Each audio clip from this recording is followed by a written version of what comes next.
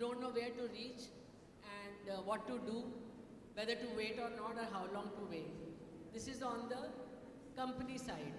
On the candidate side, they are waiting and waiting and waiting and they are not getting any response from the company. So the ghost is living in both the sides. I would like some of you to take on the role of a company when you respond. I want some of you to take the role of a candidate when you respond, and another third party if you want to create something as we go along. So since I am ambidextrous, my natural hand is left, so I'm going to ask the first question to Sharmista. So Sharmista, in your experience in the various companies that you have worked, when you made an offer or your team made an offer or you asked an employee or candidate to show their interest to you in your company, tell us the experience about it. When did this ghost first came to you? Yeah, so I think like you mentioned, like you mentioned, Ritu, I think it possibly always existed. I also got to hear the term a lot the last 1 year, like moonlighting, hosting, new names are coming up. So I experienced it in one of the organizations where we would hire, engineers, IIT engineers, and we of course read about Satya Nadella's in Alok Kejriwal's meeting. So there we really hired people who had little chip on their shoulders, right?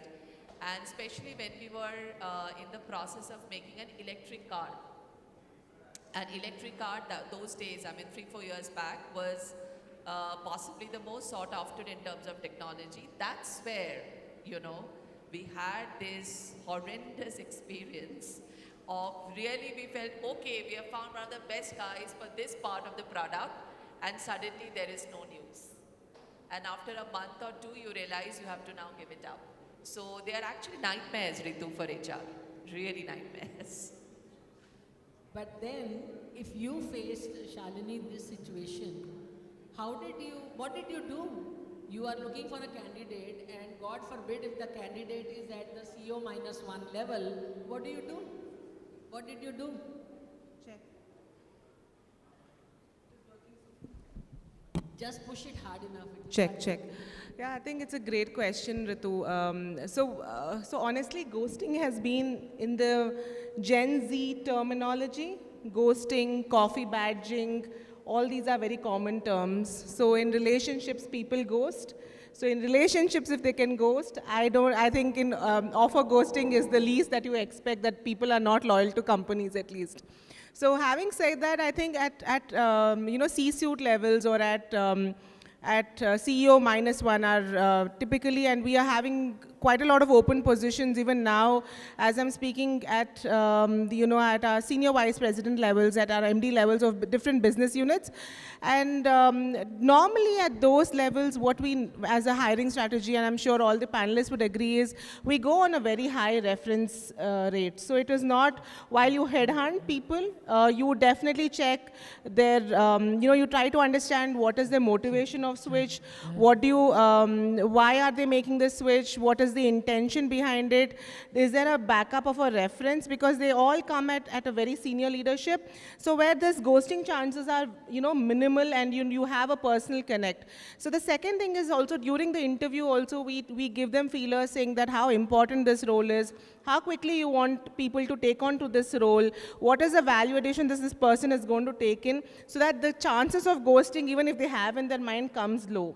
And third thing, what we also do is we don't look for one option. There's always a plethora of options that you always have. You go through the interview process, and that's why sometimes the other side of ghosting happens, where the companies have so many options that they would have offered one person, but the second candidate who's on a backup, or the third candidate, might not even know that they are a backup candidate. And we don't normally go back and say, hey, you're a backup, because then you tend to go and look for other opportunities. That's when the company will come back and ghost you, saying that, put you on hold, and there's a long waiting time, and you're not sure what's happening on the other side. but that's where it happens. So you have multiple options so that your risk of ghosting becomes less. So these are some of the practical ways that you tackle ghosting, Ritu. I was going through a recent research and it shows that almost 77 to 80% employers are experiencing increase in offer ghosting by the